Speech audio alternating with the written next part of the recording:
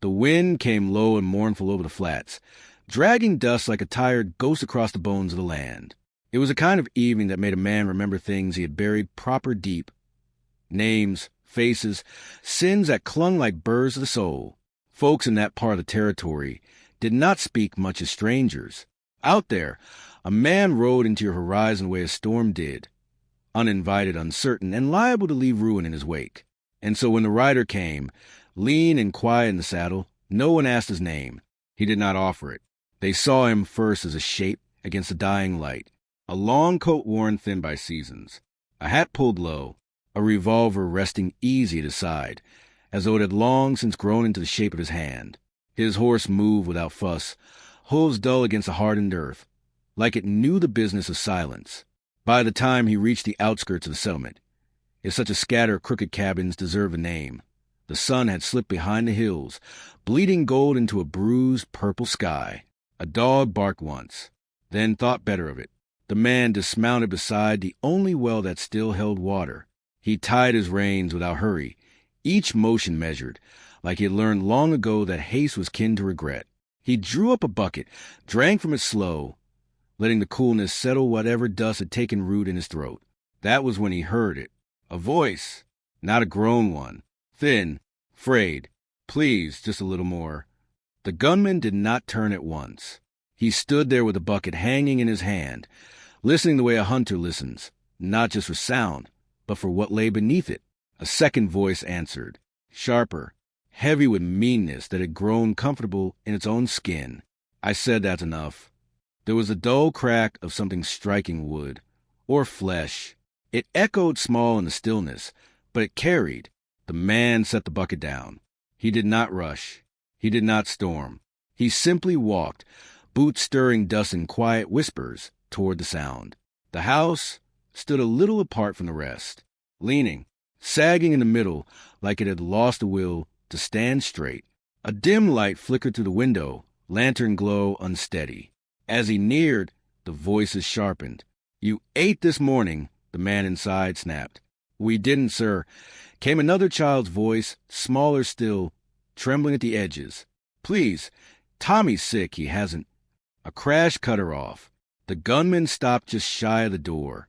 Silence followed, not the peaceful kind, the kind that sits heavy, like something waiting to happen. He raised a hand and knocked. 3 slow raps. Inside movement, a chair scraping, boots against the floor. The door jerked open. The man who filled it was broad through the shoulders, thick with the kind of strength that came from hard labor and harder temper. His beard was unkempt, his eyes mean and narrow, already searching for insult. What do you want? He growled.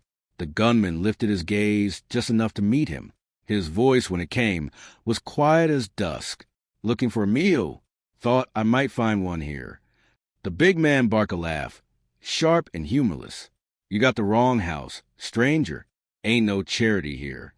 Behind him, the gunman caught sight of them. 3 children. They stood near the back wall, huddled close like they had learned that distance was safer than hope. The oldest, a girl maybe 10 or 11, held the smallest boy upright, though he swayed like a sapling in wind. Another child, a little younger, stared wide-eyed, her hands clenched in her dress. Their faces were pale under the grime. Too pale. The gunman's gaze lingered just a heartbeat longer than it should have. The big man noticed. Eyes up here, he snapped, stepping forward. I said there's nothing for you. Move along. The gunman did not move. Children look hungry, he said. The words were plain. No accusation in them. No edge. That seemed to anger the man more. They're fed, he said, his tone tightening. Fed enough. Ain't your concern. The girl spoke then, before fear could stop her. Sir, we? The man turned on her like a whip. Shut your mouth. The boy in her arms flinched. Something shifted in the air. Not loud, not sudden, but it changed. The gunman's hand did not go to his revolver. Not yet. He simply stood there, his presence settling into the space like a weight no one had invited. I'll pay, he said, for food. Enough for me and them. The big man's lip curled. You deaf stranger? I said, I heard you. Now there was something in the gunman's voice. Still quiet. but colder, like river water under ice. For a moment, neither spoke. The lantern flickered behind them, casting long, wavering shadows across the warped floorboards. The big man looked him over again, proper this time, took in the coat, the stillness, the way the stranger stood like a man who did not fidget, did not doubt. Men like that were trouble, but pride is a stubborn thing. Ain't about money, the man said at last, his voice lower now, meaner for it. My house, my rules. They eat when I say they eat.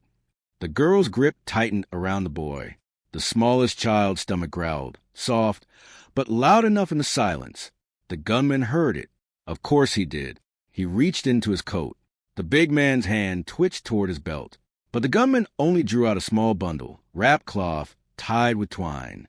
He held it out. Got jerky, he said. Hard bread. Enough to keep breath in the body. The smell reached them before the sight did. The children's eyes changed. It was not hope. Not yet. But it was close. The big man saw it too, and something ugly flashed across his face. You try and make me look small? He asked. The gunman did not answer. He simply stood there, offering what he held. After a long moment, the man laughed again. Louder this time. Forced. Fine, he said. You want to waste your food. Go ahead. Feed 'em. Won't matter none. They ain't worth the trouble. He stepped aside with a mocking bow. Be my guest. The gunman moved past him. Inside, the air was stale, heavy with the smell of neglect. A table stood crooked in the center, bare save for a chip plate and an empty tin cup. He crouched before the children. Up close, it was worse. The boy's lips were cracked. The girl's hands trembled, though she tried to hide it. The smallest one stared at the bundle, like it might vanish if she blinked. It's all right, the gunman said softly. His voice had changed. There was something in it now that did not belong to the road or the dust. Something gentler. He untied the cloth, broke the bread, passed it slow, making sure each small hand held something before he gave more. They did not speak. They ate, careful at first, then faster. Too fast. Easy, he murmured. Slow. The oldest girl nodded. Though her eyes filled with tears, she did not let fall. Thank you, she whispered. The gunman inclined his head. Behind him, the big man leaned against the wall, watching, waiting. There was a look in his eyes that spoke of storms not yet broken.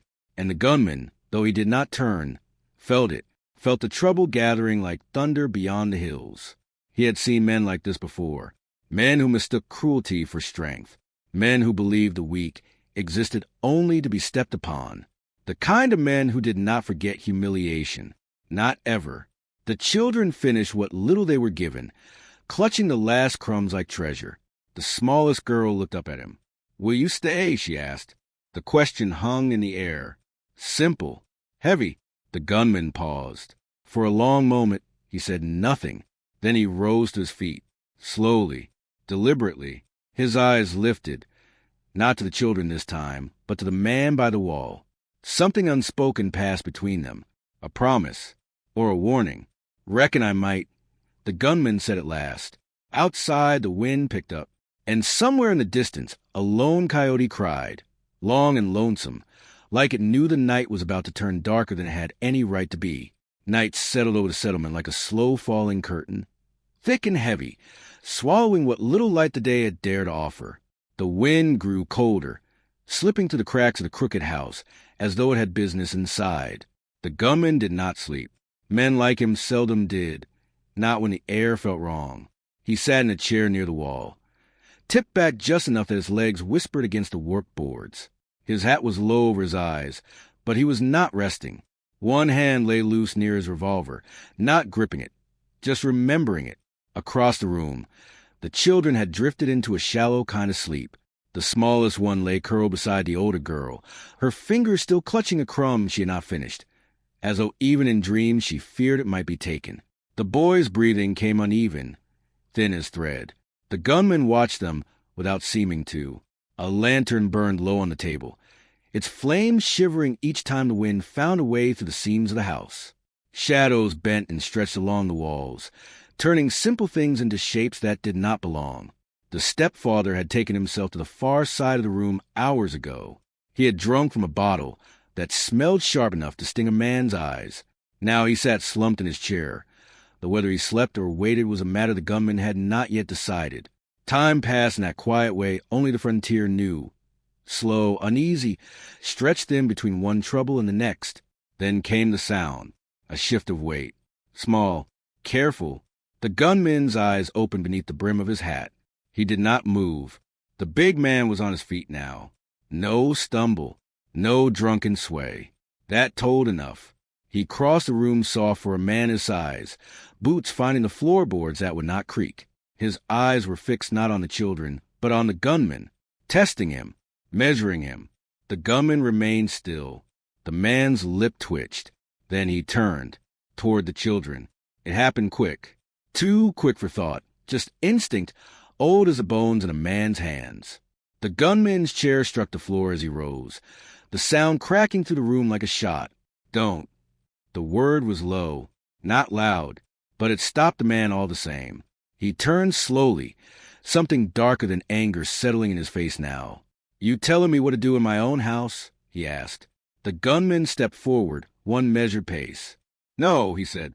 I'm telling you what you ain't gonna do. The silence that followed was thick enough to choke on.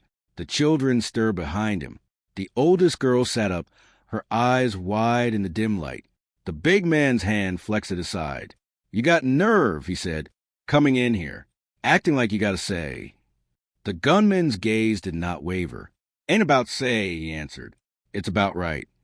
The man laughed then, but there was no humor in it. Right? He spat. You some kind of preacher now? No. A pause. Just a man who's seen enough. Something in the way he said it, flat, without pride or boast, struck deeper than a shout might have. The big man's eyes narrowed. Then you best see this, he said, his voice dropping low and mean. Ain't your concern what happens under this roof? The gunman tilted his head. Just a fraction. Wasn't, he said, till it was. The man's temper snapped. His hand moved fast. Faster than most would have believed for a man built like him. But not faster than the gunman. The revolver cleared leather in a single, smooth motion. Not fired. Just there, pointed low, waiting. The room held its breath. The big man froze, his own weapon only half drawn. They stood like that, caught between one heartbeat and the next. The lantern flickered. The wind sighed. And in that fragile stretch of time, everything hung on a choice. The man's jaw tightened. You'd shoot me? He asked. The gunman's eyes were steady as stone. If it comes to it. No threat in the words. No heat. Just truth. That was worse. The man saw it. Men who bluff have tells. A twitch. A flicker. A sound that does not belong. This one had none. Slowly, the big man's hand eased away from his weapon. But the anger did not leave him. It sank deeper. Became something colder. This ain't over, he said. The gunman nodded once. Never is. The revolver slipped back into its holster. Just as smooth, just as quiet. The man turned away with a curse, snatching up his bottle and retreating to the shadows once more. But sleep did not come to him again. Not that night. Morning arrived gray and thin, the sun struggling to push through a sky that had forgotten how to be kind. The children woke slow, careful, like they had learned that waking too fast might draw attention. The gunman was already outside. He stood by the well again, his horse tied nearby, its ears flicking at the distant cry of crows. The girl stepped out first, the others close behind her. They watched him for a moment before speaking. You didn't leave, she said. He did not turn. Didn't say I would. She hesitated, then came closer. Most do, she said softly. Now he looked at her, up close, in the light. Her face told a longer story than her years should have held. What's your name? He asked. Mary. He nodded. And them? Tommy, she said, resting a hand on the boy's shoulder. And Ellie. The smallest girl gave a shy half-smile. The gunman crouched, bringing himself level with them. You got kin? He asked. Mary shook her head. Ma passed last winter, she said. He. She glanced back toward the house. He ain't kin. Not really. just stayed. The gunman's jaw tightened, though his face gave little else away. "That's so," he murmured. Tommy swayed where he stood. Too weak. The gunman noticed. Of course he did. "You ain't gonna make it long like this," he said quietly. Not unkind. Just plain. Mary swallowed. "We try," she said. The words were small, but they carried more weight than most. The gunman reached into his coat again. This time, the bundle was thinner, nearly gone. He handed it over anyway. "You'll eat today," he said. Mary's eyes widened. "What about you?" He shrugged. "I've gone longer." That was no boast, just fact. She took the food with trembling hands. "Why?" she asked. The question lingered in the cold morning air. Why would a stranger care? Why would a man who looked like trouble carry kindness in his coat? The gunman stood, slow, quiet. His gaze drifted past them, out toward the open land beyond the settlement. "I reckon," he said, voice low, "some debts don't stay buried." Mary did not understand. Not fully, but she nodded anyway. Behind them, the door creaked open. The stepfather stood there, eyes dark with something that had not cooled in the night. He took in the scene, the food, the children, the man, and something in him shifted. Not anger, something worse. Resolve. "You best be riding soon," he said. The gunman looked at him. "Maybe," the man's lip curled, "or maybe you don't ride at all." The words fell soft, too soft, like something laid careful before it broke. The gunman straightened. His hand did not move to his weapon, but it was close, always close. "Careful," he said. The stepfather smiled. It was not a kind thing. "Careful's a word for men who plan on living," he answered. The wind picked up again, carrying dust between them, and in that moment, the space felt smaller than it was. Tighter, like the world itself had drawn a circle around that house, those children, and decided something was about to be settled. The gunman's eyes hardened, just a shade, not enough for most to see, but enough. "I ain't planning," he said quietly. A pause. Then, "I'm deciding." The man's smile faltered, just for a breath. Then it returned, sharper. "Then decide quick," he said, "'cause come nightfall." He let the rest hang. He didn't need to finish it. The threat was plain as daylight. Mary stepped closer to the gunman, without meaning to. The children felt it too, that shift in the air, that promise of something coming. The gunman looked down at them, then back at the man. The wind howled low across the flats, carrying with the sound of distant thunder, though the sky held no storm. Not yet, but it was coming. And when it did, there would be no turning from it. The day dragged its feet toward evening, as though it, too, feared what waited on the other side of the sun. Even the wind seemed uneasy, shifting directions without reason, stirring the dust into restless spirals that rose and fell like troubled spirits. The gunman did not leave.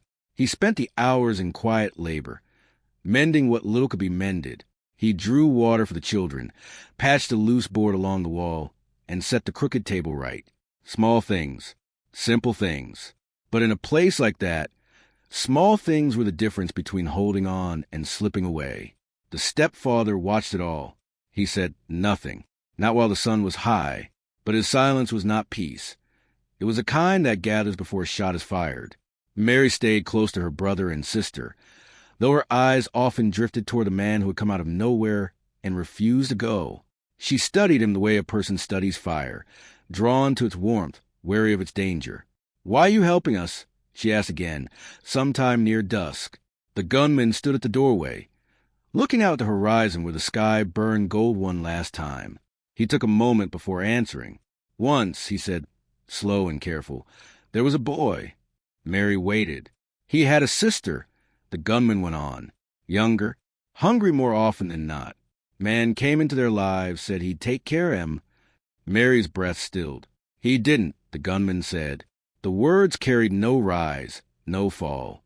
"Just wait." "What happened?" she whispered. The gunman's eyes remained fixed on the fading light.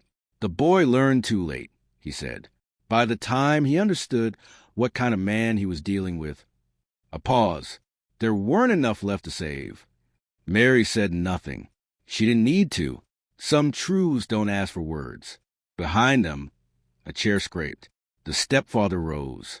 The last of the daylight caught his face, cutting it in half. One side lit, the other swallowed in shadow. "Nice story," he said. "Shame it ain't got nothing to do with this house." The gunman turned. "Everything's got something to do with everything," he said. The man spat to the side. "You think you're the first to walk in here and try to play savior?" he asked. "No. Then you know how it ends." The gunman's hand rested near his revolver. "Not touching. Not yet." "I reckon I do," he said. The children had gone still. Even little Ellie, who understood less of words, felt a change in the air. She clutched Mary's hand, her small fingers cold despite the heat of the day still lingering in the walls. Outside, the sky dimmed to ash. Night was coming, and with it decision. It began not with shouting, but with a single step.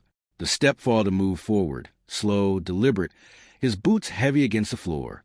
Each footfall sounded louder than it should have, like the house itself was trying to warn against what was about to happen. "You should have ridden when I told you," he said. The gunman did not retreat. "Could have," he answered. "Didn't." The man's hand drifted toward his belt. "So now we settle it." The gunman's gaze sharpened. "That what you call it?" he asked. The man smiled again, that same thin, ugly thing. "I call it taking back what's mine." Mary stepped forward. "No!" she cried. "Please don't." "Stay back," the gunman said, without looking at her. His voice was different now. Not soft, not gentle. Final. The girl froze. The boy clung to her. The smallest one began to cry, though she tried to swallow the sound. The lantern flickered wildly as the wind forced its way through the cracks again, making the shadows dance like they knew violence was near. The stepfather drew first. Fast. Faster than fear would have guessed, but not faster than memory. The gunman's revolver came up in one smooth motion. No wasted breath, no wasted thought. The shot broke the night open. Loud. Final. It echoed off the walls, out into the empty land beyond. Carried far enough that no one would come ask questions. Dust fell from the rafters. The lantern swayed. And then, stillness. The stepfather stood for a moment, as though the world had forgotten to tell him what had happened. Then the strength left him. He collapsed to the floor with a weight that shook the boards. No second shot. None needed. The gunman remained where he stood, his arm steady a moment longer before lowering the weapon. He did not rush forward, did not check. He already knew. The children did not move.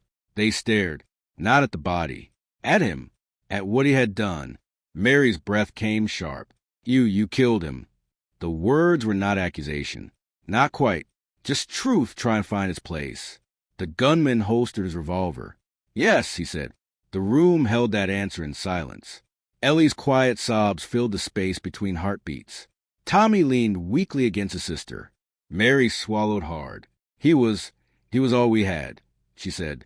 The gunman looked at her then, really looked, and for the first time there was something like regret in his eyes. "Reckon he wasn't much of that," he said. Mary's lips trembled. "No," she whispered. "But he was here." The truth of it cut deeper than any blade. The gunman exhaled slow. "I know," he said. He stepped past him then, kneeling beside the fallen man.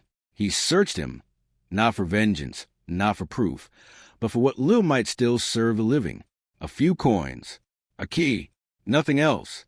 He stood again. The night had settled fully now, thick and endless beyond the door. "What happens now?" Mary asked.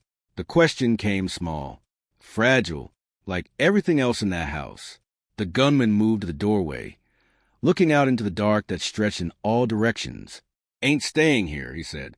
She stiffened. "Where will we go?" He didn't answer right away.